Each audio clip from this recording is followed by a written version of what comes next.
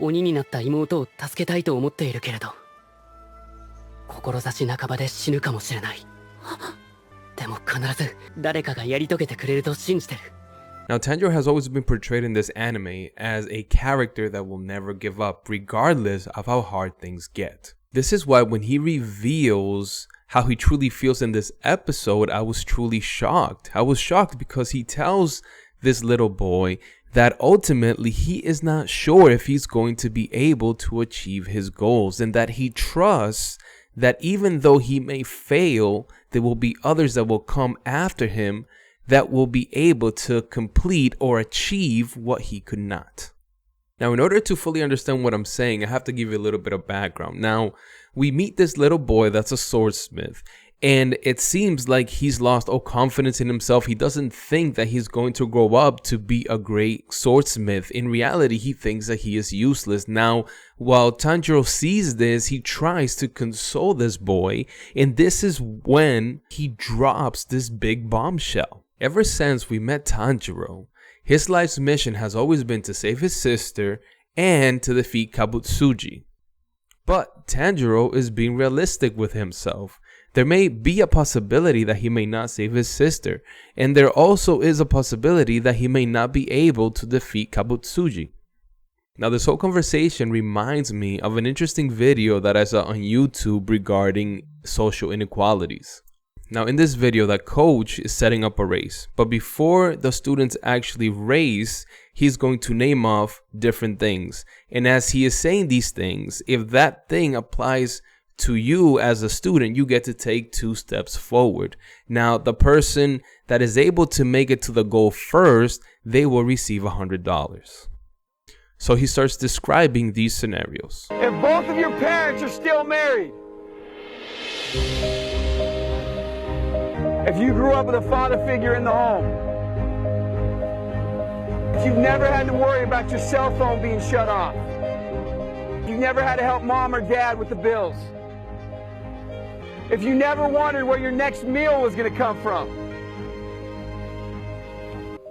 Now, the coach goes on to say that none of the things that he said thus far have anything to do with choices that they have made, right? These are things that are out of their control, but they all still have to run this race. They all have to run the race of life, regardless of where they're starting. Now, you guys may be asking yourselves, what does this have to do with Tanjiro in this conversation that we are having? Well, I actually had to do this same experiment, or this same activity, if you will, in college. But when the presenter finished the activity, he shared something with us that was very shocking. And that is that one time when he did this activity, one of the students did something that he did not expect, that completely shocked him. Now, you see, most people that end up in the back of the line, right, that have not had this big advantage, they generally give up. But this one student continued to run the race as if he had the same chance as everybody else. Now, this shocked the teacher, and he decided to ask him why he still ran the way that he did. Now, the shocking thing is that the student responded and said, "I may not be able to finish this race, but if I run hard enough, my children will have a better chance to do what I could not." Now, I truly think that this is what Tanjiro is trying to teach this kid here. He is telling him to not be discouraged about the disadvantages that he thinks he has, but instead focus on what you can do. Focus on what you can control.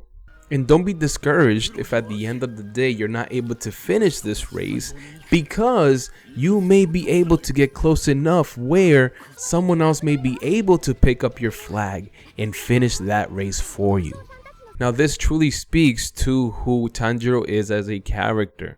At the end of the day, he's not gonna let himself be discouraged about what he cannot do or the outcome itself. He is still going to try his best and hope that his best will make a difference, even if he himself is not able to see that difference.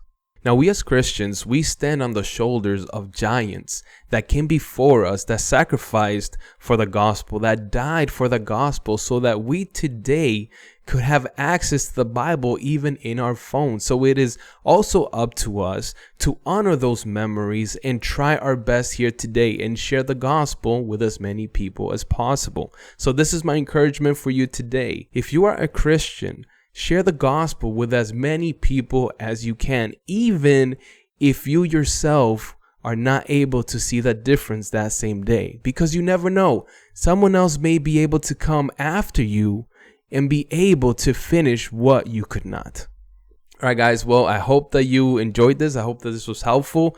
And as always, I just want to remind you that we must persevere.